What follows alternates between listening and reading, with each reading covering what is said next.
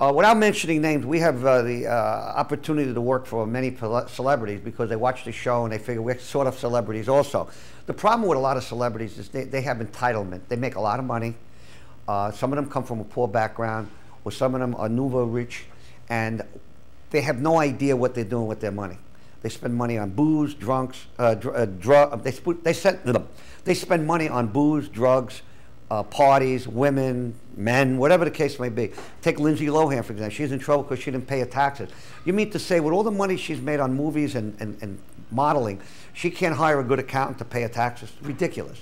You have so many actors, fine actors, that are in rehab because they on drugs and booze, and their talent is gone.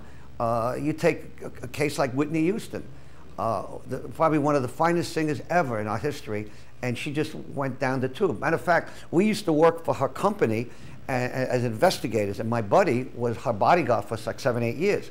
As soon as he mentioned that she was on drugs to her business manager, they fired him.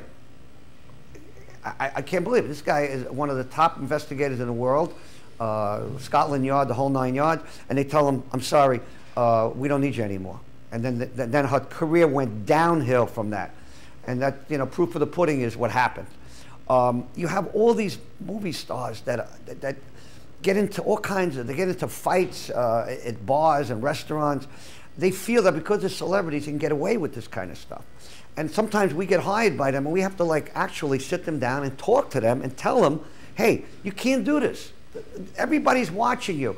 When a celebrity gets into a fight, sometimes these people prod them to get into a fight because, hey, let's get it straight. If Tom Cruise or Christian Bale hits somebody, they're going to get sued for millions of dollars because they have it.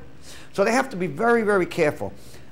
We always suggest to them, have a couple bodyguards, let them be a buffer between you and your fans. If you want to shake someone's hand, fine, but be careful because sometimes these people look for an excuse to sue them.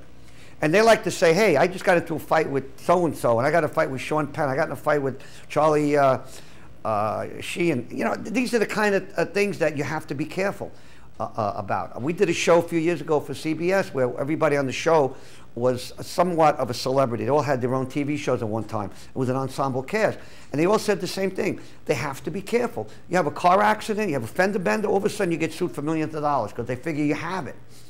They are on a different wavelength than the regular people. They have to be very careful.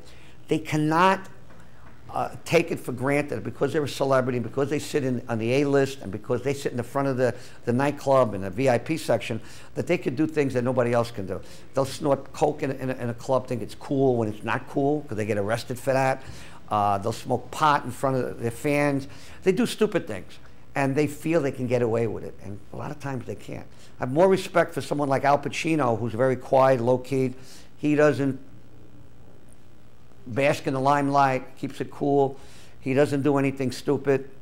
That's the kind of person you're going to have more respect for than somebody who's going to go crazy and some female actress who goes out with no panties on and lets the media take pictures of her with her legs spread open, like a few people we know.